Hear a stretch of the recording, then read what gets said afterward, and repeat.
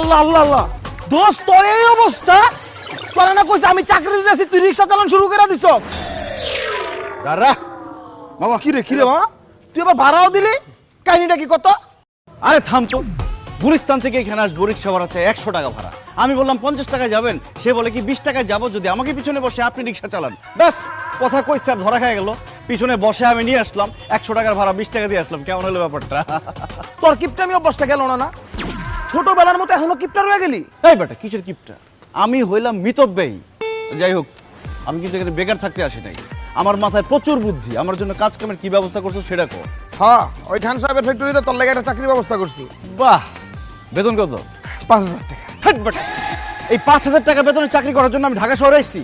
আমি আইছি ঢাকা শহরে শর্টকাটে বড়লোক হইতে। এই 5,000 টাকা বেতনে চাকরি করলে আমি তো 5 জন্মে বড়লোক হইতে পারবো না।